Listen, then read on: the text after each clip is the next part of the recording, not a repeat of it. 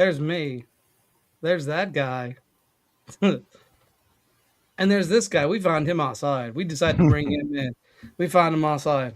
That's not even Steven. That's Jim Jacobson with his I'm really Steven glasses. But you don't know it's Steven. But it could be Steven. You don't know. You don't know. Welcome. Welcome in. We got somebody that has returned in the chat, which I very much appreciate. And that is Old A Gauge. What's up, buddy? It has been a long time. How have you been, sir? First and foremost. Gentlemen, how are we doing? Oh, look at the Uncanny. He got something sipping on too. Oh, yeah, look at that. Gentlemen, how are we doing tonight? Good over here. All right. Doing well. Busy, busy, busy. Lots of stuff going on behind the scenes. Can you talk about any of that going behind the scenes stuff? Not yet. Not yet. A lot of it is super secret stuff. It's business gears turning and things like that. Give him a little savory morsel. You got to give the people a little savory morsel.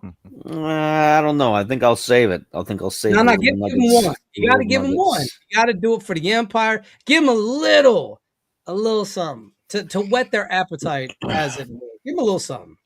Well, there will be some updates to the website coming up soon. I'm thinking about switching around some things, doing some different pages, doing some updates, some graphical things. So there's going to be a little bit of a top coat going on with that. I am finally going to work on getting that end credit video so that Steven can get the full promotion that he deserves after all these months. But there's all kinds of things I can't talk about yet. They're super secret. They're super secret. Super secret, even. Gentlemen, what are we going to do with the both of you? Tonight, we are going to be talking about the Wandering Jew, or the Wandering Man, as he is known. Now, this person, being, entity, whatever you want to call it, was said to disrespect Jesus Christ at the end of his crucifixion, towards the end of his crucifixion. And Jesus then cursed him until the day he returns, that man would, in fact, be cursed to roam the earth. Now, this sounds ludicrous, right? But oddly enough, there's quite a bit of poetry. There's quite a bit of literature. There's quite a bit of movies, of all of it centers around this person, oddly enough, which is strange because if it wasn't true, or it wasn't somewhat true, there wouldn't be this tale going around. Let's start with Spider. What do you know about the Wandering Jew? Well, when I was a kid, of course, I would read various paranormal things. As we talked about in our Ghost Ship series, I liked to read about Bermuda Triangle stories, things like that. I read a lot of pirate stories of Oak Island and that kind of thing. And a couple of times in my various reading as a kid, the Wandering Jew shows up. Now, I don't know if it was just the publications I had at the time, or if it was just that was what the prevailing social outlook was.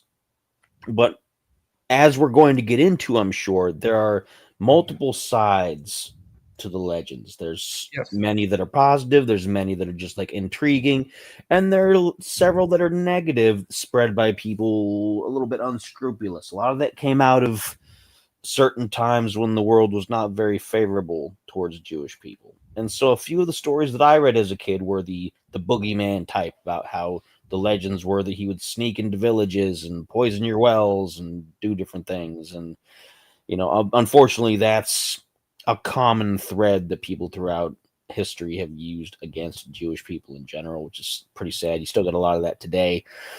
So I'm interested in hearing a lot more of the positive stories of it. I do want to draw one quick parallel, because I don't know if you're going to get to it or not. But there are people also who equate the Wandering Jew to the first murderer, Cain, because they say that the mark that keeps Cain from being murdered by his fellow man is the same as the curse that makes him the Wandering Jew. I disagree. I think one was one thing and one was something else. The curse of Cain was more just protection from men. It wasn't protection from the ravages of a natural life. So I don't think Cain himself is still wandering around as the wandering Jew, but there are people who believe that. So it's an interesting little tidbit to throw in there if you're not going to get into it. If you are going to get into it, I didn't mean to steal your thunder. Steven? Kind of like Spider, I do agree that I don't believe it's Cain, but I have heard other stories surrounding the wandering Jew or the wandering man, however you prefer, and some people relate him to a character that used to be a regular on the show, but we haven't really talked about much lately. So I'm just gonna kind of be, say one thing about it. Some people think he might have been at the signing of the Constitution, the Declaration of Independence, and a Yeah. few other things throughout history, and met with some queens. Okay, I can't hold it back anymore. Some people think he may have been the Count of Saint Germain, and I'll let you tell more about that, or whatever So, you prefer. oh no, you're fine. You're fine. So, the Wandering Jew comes in many different varieties and forms, but that's not my real intent on today's episode. Today's episode, while centered around the Wandering Jew, is going to center more around, do we think it is possible a person could still be alive after the crucifixion of Jesus Christ? Could that be something that's real? Now let me start with something. So if we take Matthew 16:28, it says, "Truly I tell you, some who are standing here will not taste death before they see the Son of Man coming in his kingdom.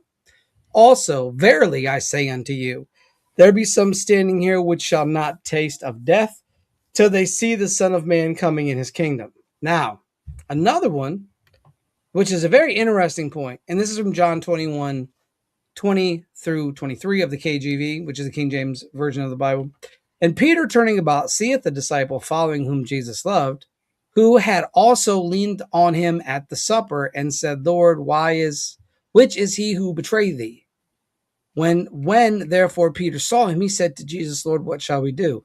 Jesus said to him, if I will that, excuse me, if I will that he remain till I come, what is that to thee? Follow thou me. Then this saying went forth among the brethren, that the disciple would not die. Yet Jesus had not said to him that he would not die, but if I will that he tarry till I come, what is it to thee? Now, this is interesting because Christ is saying, this disciple or this follower of mine, don't worry about who this guy is. If I want him to be around for as long as I want him to be, then so be it. But it's none of your business if he is around, which I find to be very interesting because when we read in the Bible, it talks of saints being resurrected to go preach the gospel from their tombs. Once again, heavy on this. But once again, this isn't something that just appears in biblical text. Now, the Wandering Jew, while Spider was right, there is some negative connotations with that. But there's also things like the Eternal Hunter from Norse mythology. There's also oral traditions of the Wandering Jew during the Crusades, because the Crusades are very, very fascinating. It's a whole thing that you guys will have to look up on your own. We could spend, 7, 8 shows going over the Crusades because there was quite a few of them. So we could be here quite a while. But my thing is this, all right? Do you think it's possible? Because we have a lot of tales of so-called immortals, and we've talked about immortals. Count Saint Germain being one of those immortals, the Wandering Jew, another immortal.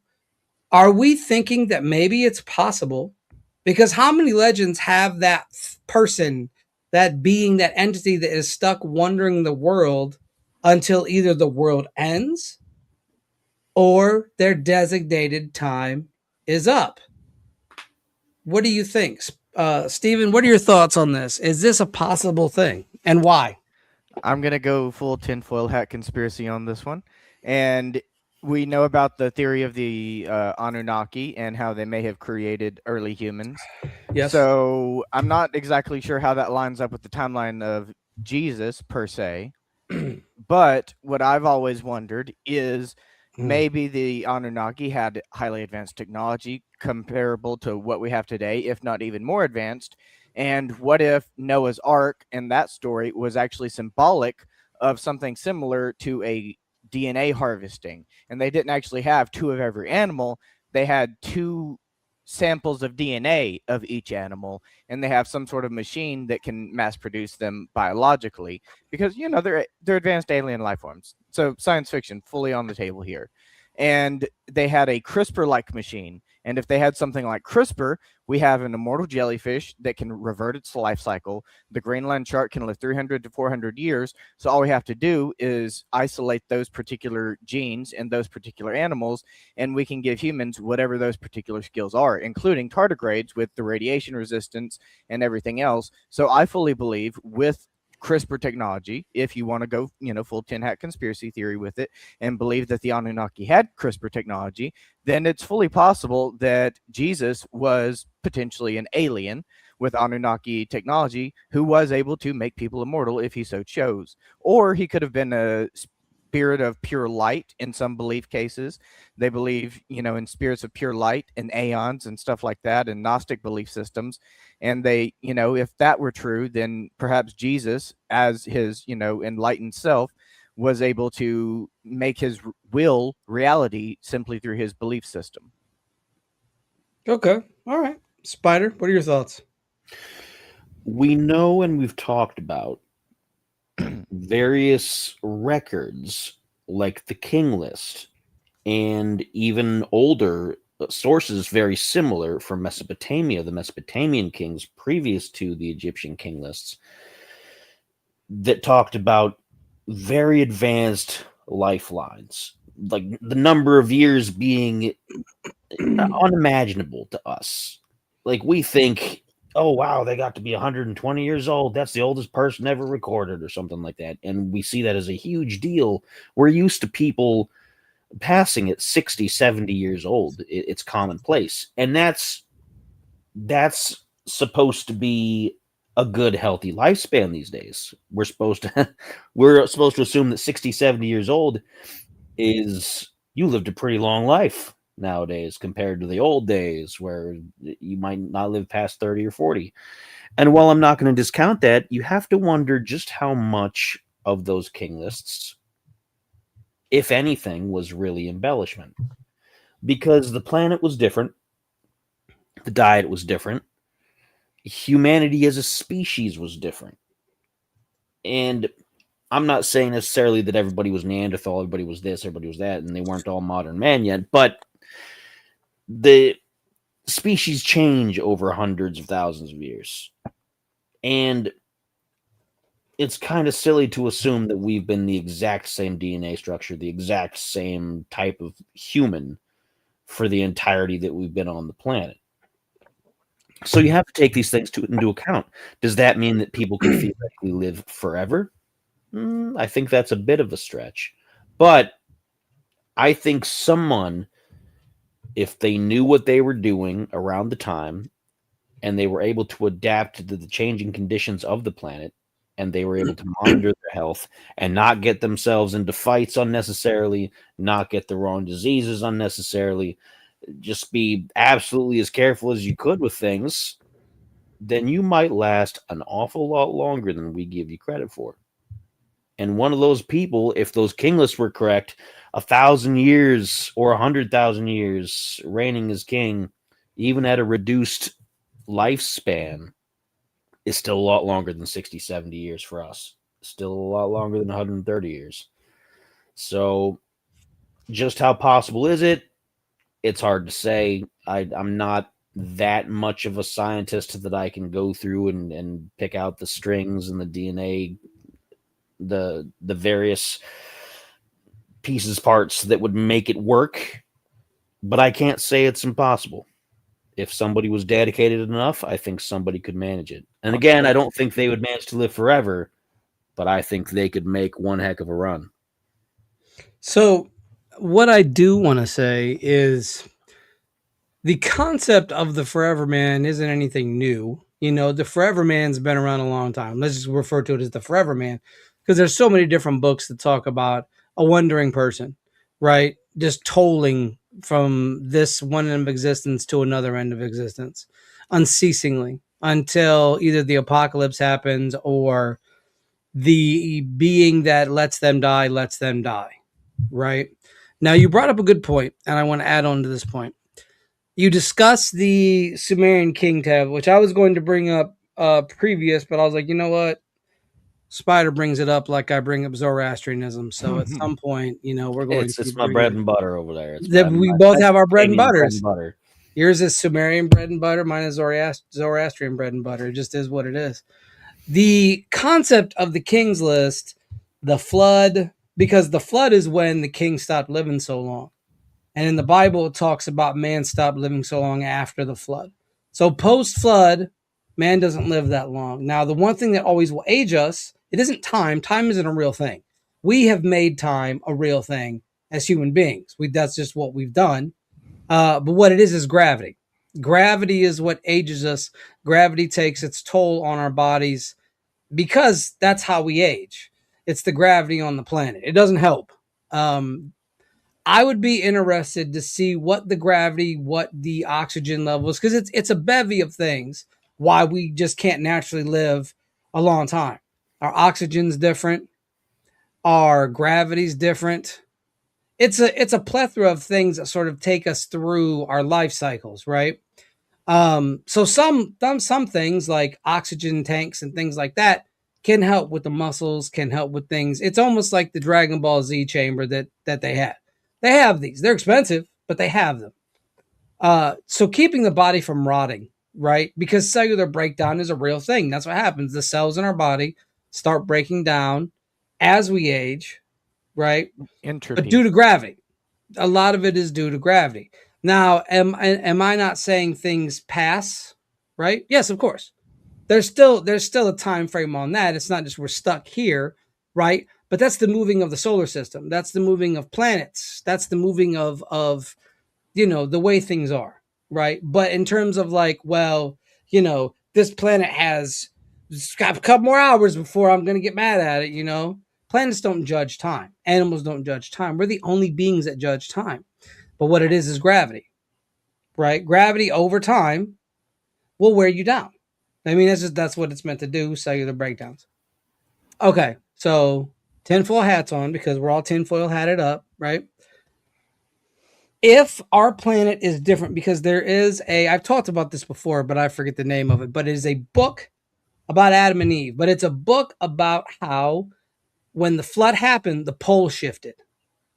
Now, I am by no means an astrophysicist, so like I'm just putting this out here. If gravity, if oxygen, if certain elements are changed and different for the people who were put here first, right? Adam and Eve, the civilization, if they lived under a different set of physiological laws, of physical laws, dynamics and things of that nature, the body wouldn't adjust the same to things as our bodies do. People are taller, giants existing, and we're not talking giants like Robert, who was basically, it was more gigantism, and his body didn't adapt to it.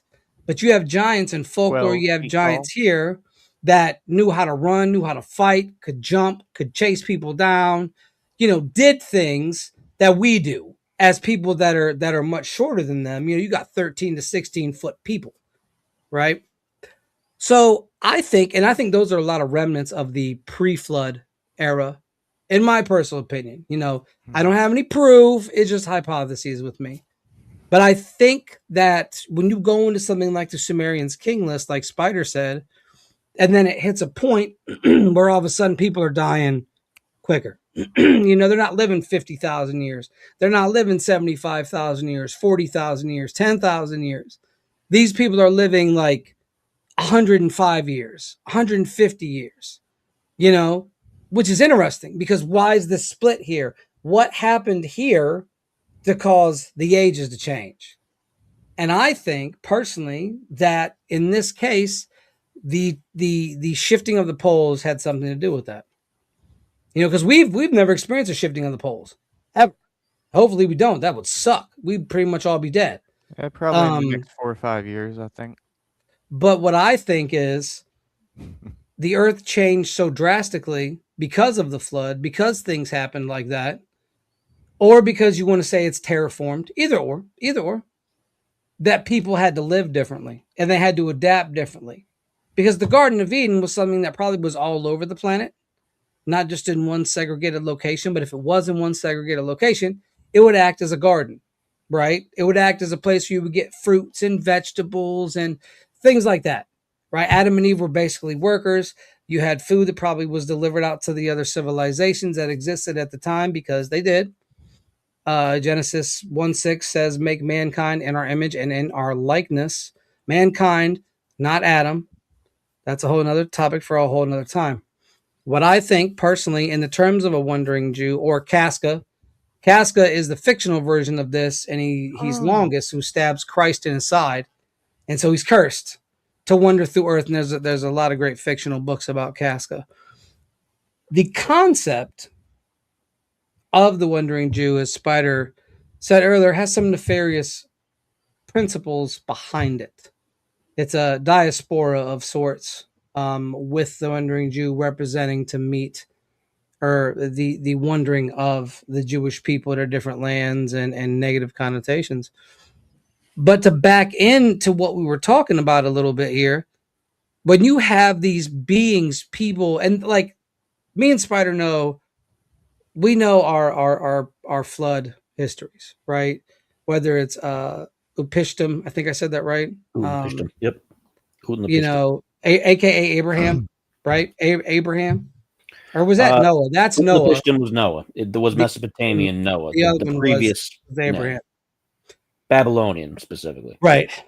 So, you have Noah, right? And Enoch lived a little bit before that, because that's like Noah's great grandfather, I believe. So he would have been around. Noah would have been around for these fallen. He would have been around for these watchers, these giant people, right? And also, for putting this into another connotation, the intercession or the intercourse between messenger and female would have caused hybrids, right? That would have lived quite a long time. And we don't know if all of that was destroyed. We don't know what escaped, because if we take the concept of the ark, right? There's not enough people on that boat to repopulate a whole planet. There just isn't, because the amount of children you're going to have, and there's going to be incestual relations, and that's not, and God is against this, right? What I think is, because every single grouping has a flood story. Native Americans have a flood story. The Sumerians have a flood story. The Babylonians have a flood story. Egypt has a flood story. Africa has a flood story. Everybody has a flood story, right? And if their people survived, okay, because one of the ways they survived was, we talked about this, the ant people, or Spider made a point, helmets that probably looked like ants. That'd be the best way you would describe something like that. You get taken underground while the world does its thing, come back out. Maybe your body is stronger to that, because I feel like the pre-flood world, you probably had to have a stronger body, stronger constitution, stronger everything. If you have a king's list and your kings are living to be 45,000 years old, even if that is a little time dispute, you're still going to have a great body for something of that nature. And so when you come into this next part of existence, and the other people have weaker bodies than you, we see some of this in the Rephaim. We see some of this in a lot of the giants and more supernatural aspects of the Old Testament, that these beings were still around. These beings were still around. I don't think a lot of them died. So who's to say there's not some of these, I don't want to say entities, I want to say just people that are still sort of wandering the earth. Now, I do want to touch on something before I ask my colleagues here. I don't think it's Cain either. Now, I've heard the theory that Cain is actually like one of the evil architects of everything that's ever gone wrong ever in society, which I don't necessarily buy into. But maybe he had some Brotherhood of the Snake inklings, things like that. I don't know. I don't want to put that there because that's not. There's nothing to tie it together. So it would just be conjecture.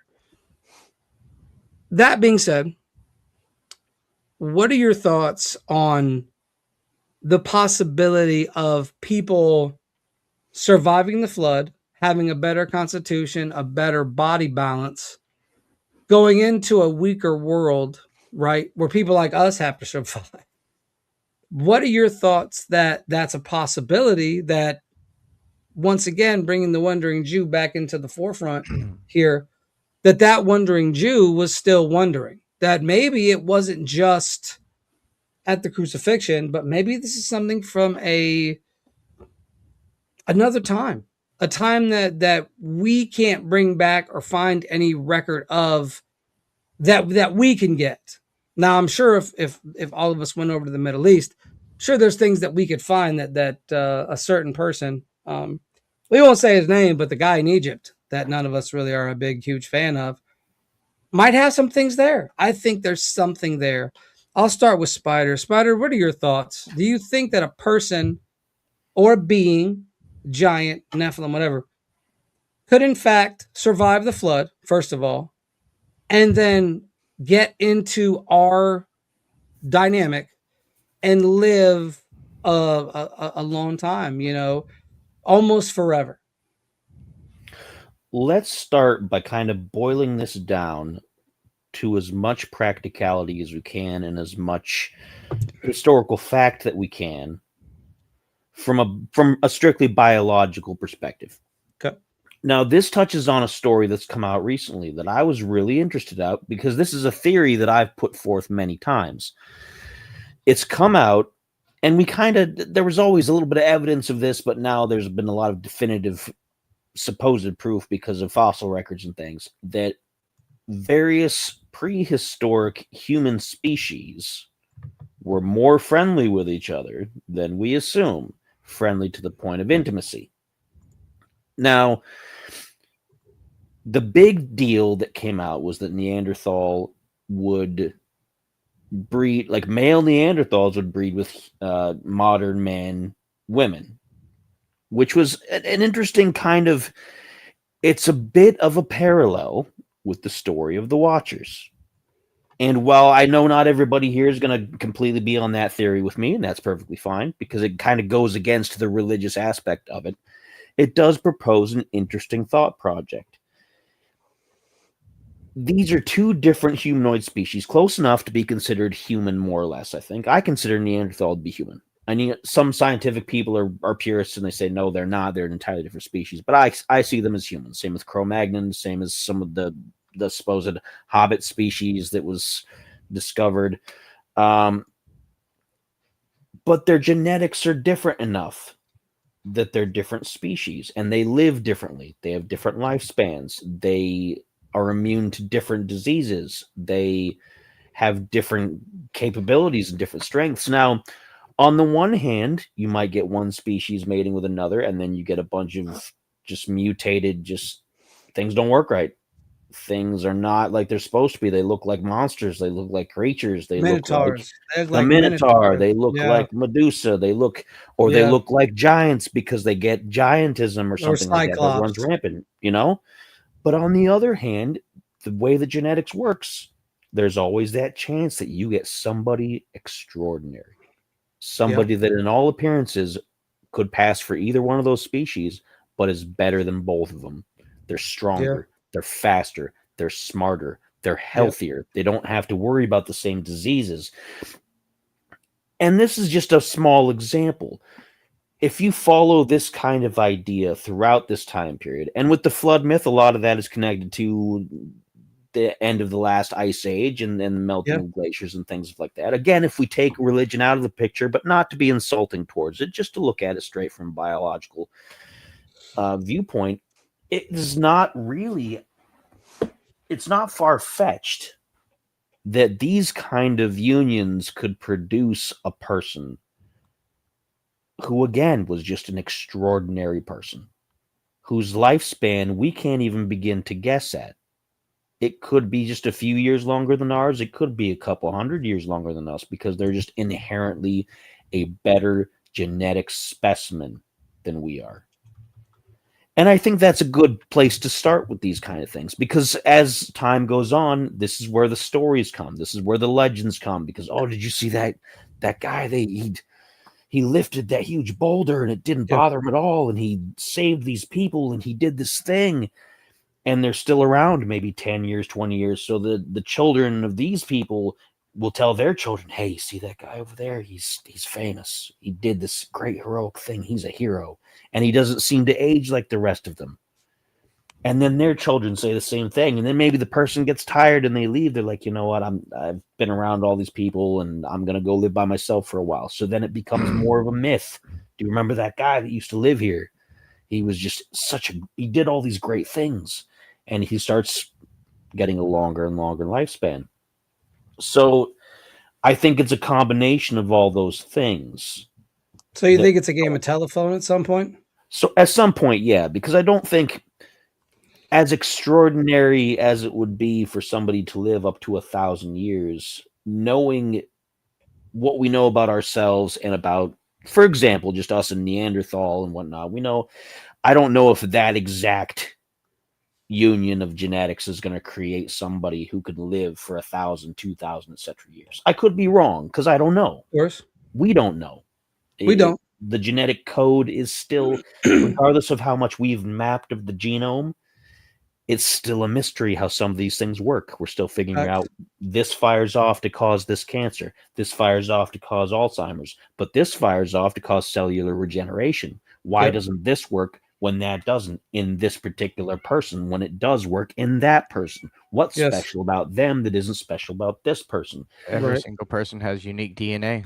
And that's what it is. We're all basically mutated on some level because of how varied biological systems work. Yeah. It's just how that happens. And so I don't think it's out of the question that somebody could. I don't know what the cat's doing. He got a lot to say. He got some. He's he got some second. You're missing something. You're forgetting about the other people. But I don't think it's outside of the question that somebody could truly be an extraordinary person, live for quite a long time, and make a huge impact on a couple of generations, and then become a legend that is still told today.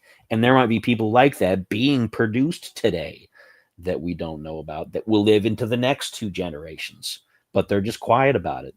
They're not, they don't see themselves as special. They don't see themselves as important. And so I think real life superheroes somehow exist, and they did back then as well. And I think maybe it was more likely that they did back then, the way that the planet was before a certain point and before everything kind of changed. So that's a very long-winded explanation of my thoughts. I get it. But it ain't making me laugh, but I get it. But no, and you bring some excellent points into the equation. I look at a lot of my stuff through the lens of history, religion, ancient history, ancient religions. And what I notice is there's always a concept of immortality, whether that be in the afterlife or whether that be here on Earth. There's always a concept of immortality, and we have to look at some things when we talk about this in regards to that. Now, I do want to ask Steven, how do you think a myth or a legend like a Wandering Man gains traction first, right? I'm not talking about how we're all sitting here talking about it. I'm talking about at the genesis of it all, the genesis of the Wandering Man. How do you think that traction happens? And as a second part of that, why do you think that's such a popular legend today? I think it all starts with a small grain of truth, as we know about most myths and legends. True. And then people, like Spider said, it becomes a game of telephone, and people exaggerate things and make stuff up to the point where the truth gets lost somewhere in all the lies. and the exaggerations, and the truth gets lost somewhere in the middle, and people don't really understand what the truth is anymore. And that's one reason why it becomes so difficult, because as Spider also mentioned, the world used to be different, and the oxygen levels were different, and the gravity levels, like you said, and other things, and there were so many different variables back then that are so difficult to recreate now that we can't really apply the scientific method to figure this out. So we're basically just relying on the writings of previous people and what we can discover from, archaeology and stuff like that. And I think it's very difficult to know. But one reason that it may have carried on is because people started to tell stories about it and they found it interesting, especially when they started to add in the exaggerations. And, we had the oral tradition of storytelling back then, and it just got carried on through the years. And whoever started it obviously had some sort of, high charisma and was able to convince these other people to talk about it, most likely because they were exaggerating things and writing it in a very interesting way. So we have to just basically look deep within ourselves and decide based on resonance what we believe and what we don't believe. Because just like now with all the AI slop and all the fake news, garbage that we have going around now, it can still to this day be very difficult to tell what's real and what's not. Because, who's to say that they're not going to, how they produce AI videos and, try to hide the watermark and say that AI videos are real. And who's to say they don't do the exact opposite and, leak true videos and then add a blurry watermark on it to make people think that it's fake. There's no way to tell what's real or what's fake anymore. And I think it's pretty much that. So people just continue to tell the story. Okay, and to add to your point, it's an interesting legend. Yeah. And if you're sitting around the campfire and you're like, yeah, I saw old Tommy Wilkins. Tommy Wilkins was in 1842. My grandpappy saw him, my dad saw him, and now I've seen him. What I do think is fascinating though is the aspect of there being a little truth in but what is that little truth in this instance? In this particular instance, I would say the little truth is that they lived longer than most people. Like Spider's theory, I think Spider had a really good theory that maybe they don't live, maybe they don't live 1,000 years, but maybe they live, 300, 400 years even. That's longer than the average human lifespan. So maybe they live 300, 400 years, and over time they would, disappear for 20, 30 years at a time, go off on their own in the mountains, like you said, because, it can become dangerous. If someone finds out that you can live that long, it could become dangerous. So they have to go off and hide off grid for about 20, 30 years until everyone who remembers them dies off. And then they can come back into the grid and tell everyone, oh, they're just a new member of society. It's interesting you bring this up because, we talk about giants, right? And how there were so many giants. There wasn't there wasn't a whole world of giants. There was just this set amount, right? So I wonder if the same thing applies here. There's a set amount of people, right, that live a set amount of years. And I think it's a good point you brought up too, because if that one person is just that type, right, that person is going to live. Either they live in a village of people with like minds or like physiology. So all the people of that village live together, right? Or they're just sent out. Now, if you're sent out, right, to preach a gospel or to, toil, just help a city out for a little while, you have to wonder, like you said, at some point they would have to disappear, whether that be an accident, or like an accident, or whether that be they just go off on their own. They say, hey, I've lived a life. I'm going to go into the mountain and die. And then they come back. They wait maybe 50 years.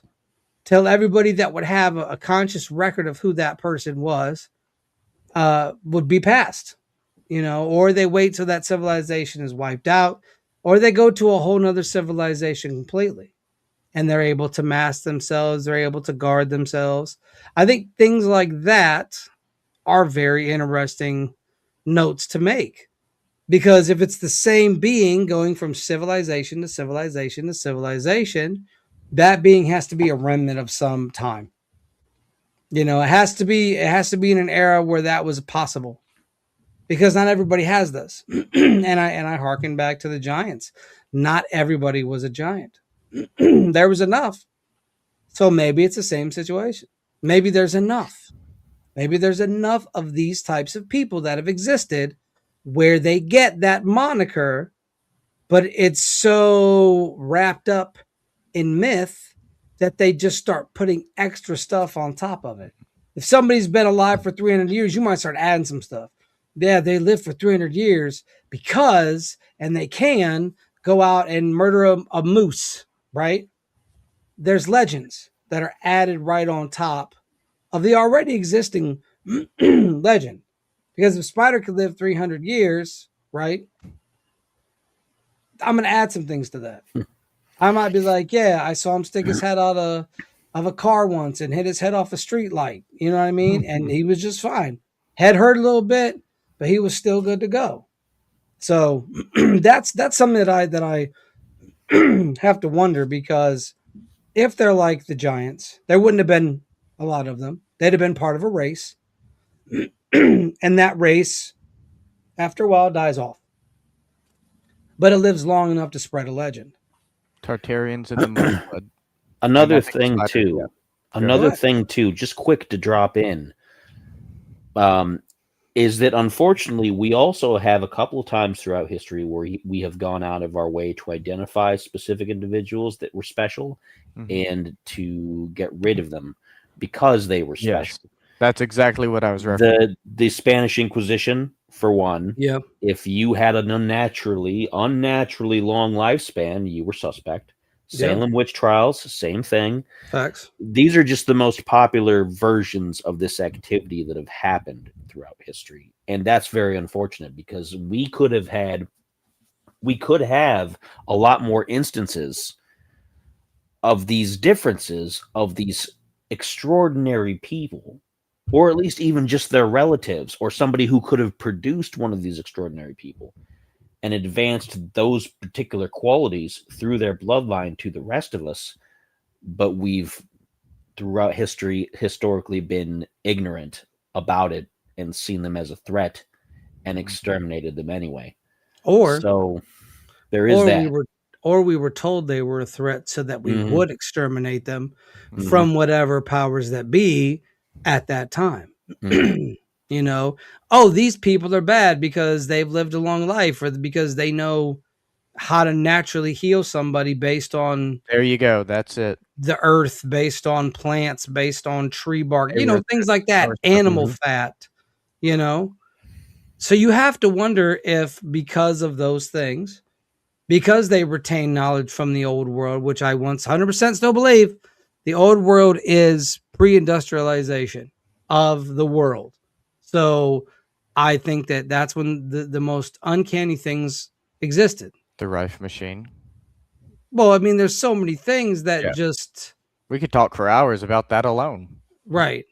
So I think personally that a lot of the time, like you said, what better way to get rid of immortals, quote unquote, than to kill them off? Because we never said they were immortal in terms of not being able to be physically immortal harmed. Is not invincible. No, it is not invincible. That's a very important distinction. Yes. And that's something we have to make. Death. Just because you're not going to die from a disease or a natural death doesn't mean you couldn't get, you couldn't die from a shotgun blast to the chest or a pitchfork in the heart, depending on the timeline that you're in. And so now I have to ask the conspiratorial question: what if there are groups of people that hunt these people down and kill them? I'm not saying that's true. There have been. I mean, this sounds like a great science fiction story. There have been. Sometimes they were full governments, like the entire Nazi government of Germany went out of there. Cambodia. They murdered everybody with glasses. If you wore glasses, it meant you were smart, and if you were smart, you were a threat. So they killed off every smart people that they could find. So it's a funny thing. I mean, it's not funny as a joke, but it's just it's crazy that there have been multiple governments that have seen, you're different, you're dead. Everybody who knows you that's different, they're dead, and everyone else is dead until nobody is different. Everybody, look at North Korea. You got to have the same haircut. Yep, every single government, all of them, and they don't have any John Cena. I don't want to live in a country that doesn't have John Cena. Can't see him anyways. No, to get back on what you were saying though, that's interesting, because there's been a couple studies done How can you get people to dislike other people? One was skin color. Skin color was like at the top of the list. If you Belief could system. demonize somebody's skin color, you could demonize them. The second one, physical deformities. So if I look different than you in a physical way, I'm inferior to you. Whether I'm really tall, really short, missing a leg, missing an arm, I'm genetically inferior to you, right? Flip this. If I'm genetically superior to you, you don't want me around either. Because if I'm the one who's having intercourse with your women, I'm passing down my genes to them to create people like myself, right?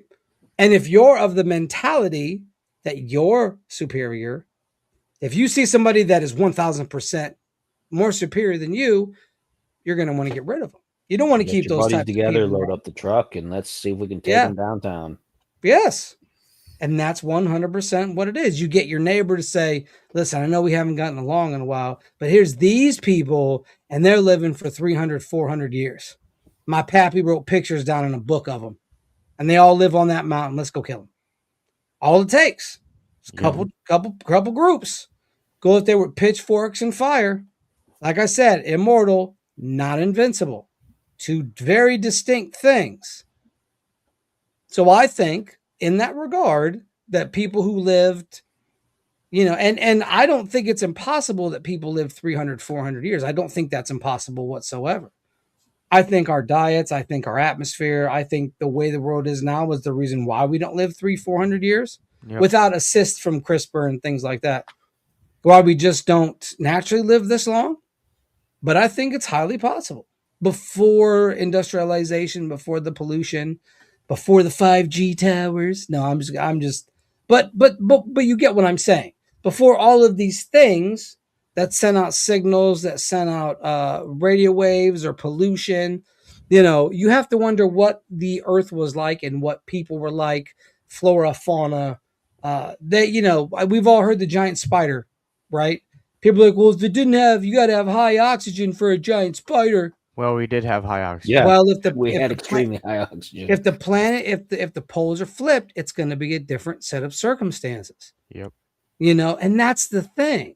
And that doesn't take into account some of the solar aspects that have happened during that time. At one point, Mars was supposedly a lush planet. Where does that fit into our planet? There's other things that people don't consider that we have to consider. Now, Antarctica used to be a rainforest. Antarctica being a lush jungle paradise. Come on now. That's where I think the giant spiders are. And leave all that alone. We don't want none of that thought. Leave it. They wouldn't be able to survive none of it because their oxygen is different. But you have to wonder, once again, like Antarctica, there's so many myths and so many love letters to Antarctica. Lovecraft was a big fan of Antarctica. One of his books takes place in Antarctica. Some people think in the that's Mountains of Madness. Sorry, go ahead. No, go ahead. What were we going to say? I was going to say some people think that's where the fallen angels and the Nephilim are. Oh, my bad. Put that down. Yep. And put that hand down. Now, obviously, before anybody goes, Kitty's kooky, I have no proof of it. No, I don't. All right? I don't have any proof of it. There is a lot of circumstantial evidence. But what I'm saying is it's an interesting idea if you take the concept of the worst sin in the Bible, in my opinion, is betrayal. Betrayal is the worst. So how do you punish betrayal? And what is betrayal? Betrayal's cold. Your heart's cold. Your heart's comedy. Dante's Inferno. Dante's Inferno. What is the last circle in hell made of? Ice. Whole sheet. Big old glacier. Big old massive glacier. No flames, no fire. No nothing. None. Because betrayal is the coldest thing you can do somebody. Lust is passion. There's heat in it. And, you guys, that's something that you could ask your teacher about. There's heat in lust. There's heat in pride. There's heat in anger. But in betrayal, there's nothing but coldness. Because you're looking at somebody like they don't matter. Lust, you're like, I'm about to go get mine. Pride. I'm the best there is, the best there was, the best there ever will be. Right? But betrayal, you got to be unfeeling. You got to be uncaring. There's no emotion in betrayal. There's emotion in everything else. And if you're willing to betray God, right, as the Watchers did, and the best place to put them? In a frozen tundra, beneath 6 miles of ice.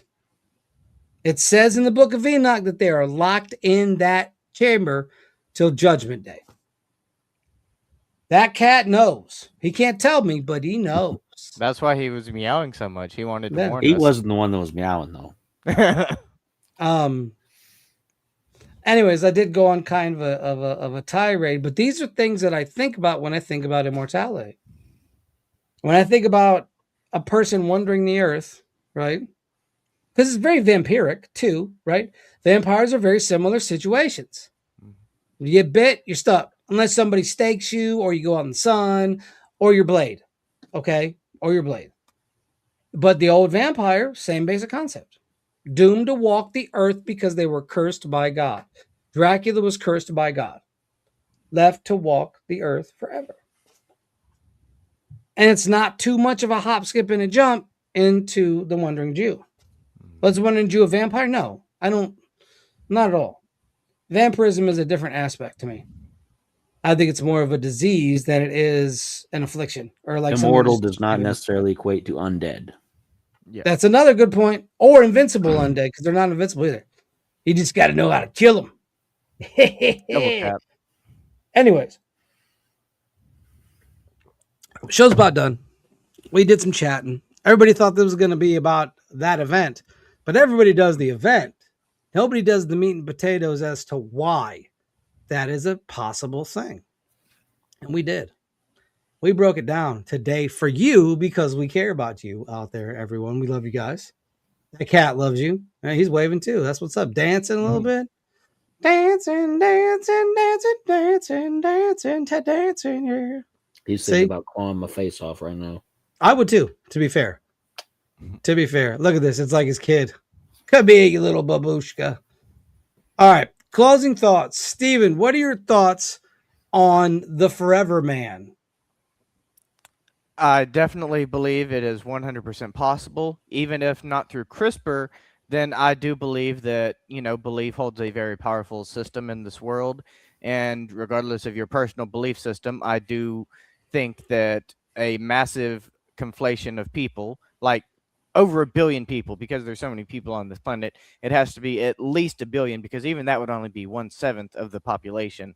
But if over 1 billion people can have the same thought, and the vast majority of humanity, literally just 51% of humanity can believe in something wholeheartedly with everything in their spirit and their soul, then I believe absolutely anything is possible.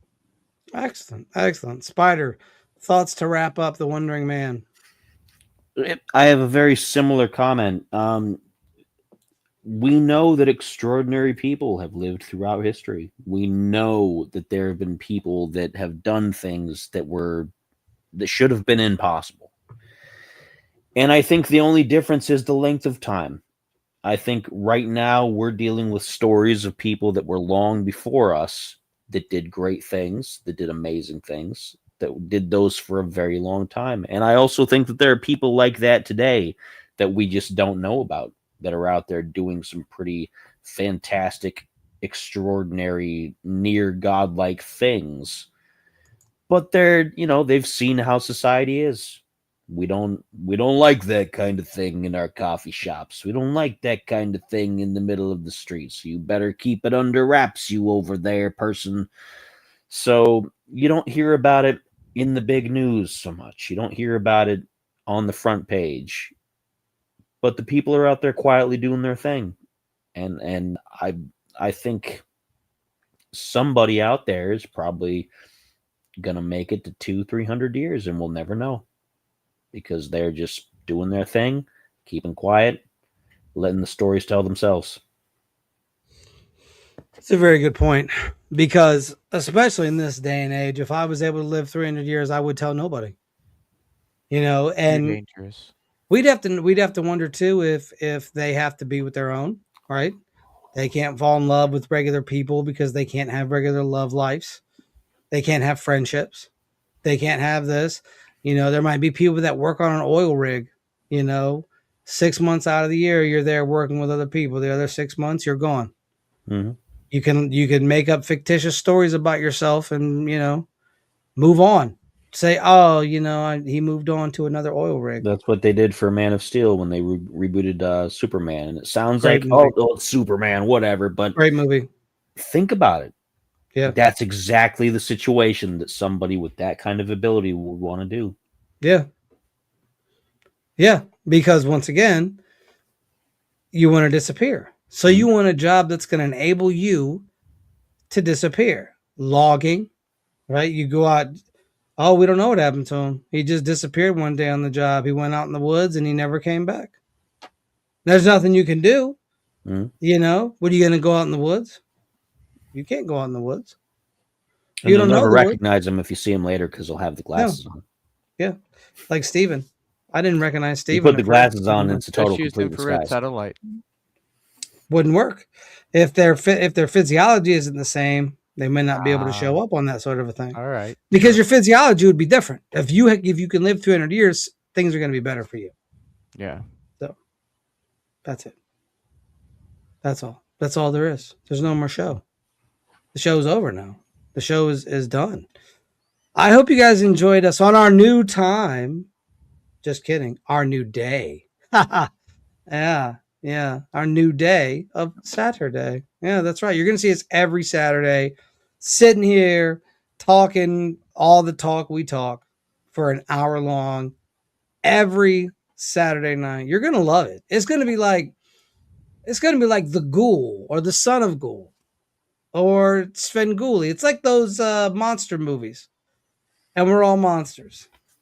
And there's a little panther. See? It all ties together. There was a little panther just a minute ago. See? It's like one of those cheesy B movies where you don't want to look away. But it's amazing. Yeah, that's right. Anyways, I would love to thank my co-host, but I'm not going to because I don't like him. I like that. Just kidding. I'd like to thank Steven and Feelings Mutual. I'd like to thank Steven and Spider for some great conversation. Had a good time. Folks, we will be back next week. What are we talking about next week, gentlemen? What is Steven's on deck. What's Steven got? Steven, what are you talking about? I'm going to talk about the grandfather paradox and how that relates to the multiverse. Excellent. Excellent. Spider, do you have anything for the following week? Not yet, because I was waiting to see what the two of you were talking about. And now that I know, now that I can pick from my little list of topics. Listen, we've been friends a while. I don't want any SS Machismo. All right. I want some good one. stuff. That was a good one. There was no spookiness. I wasn't spooky at all. I was like some derelict ship. It was the ship that lived forever. That's gross. It's the one. Anyways, you guys you don't have to go home, but you can't stay here. Right? As always, why be boring when you can be uncanny? I'm going to play the outro this time. Have a good night.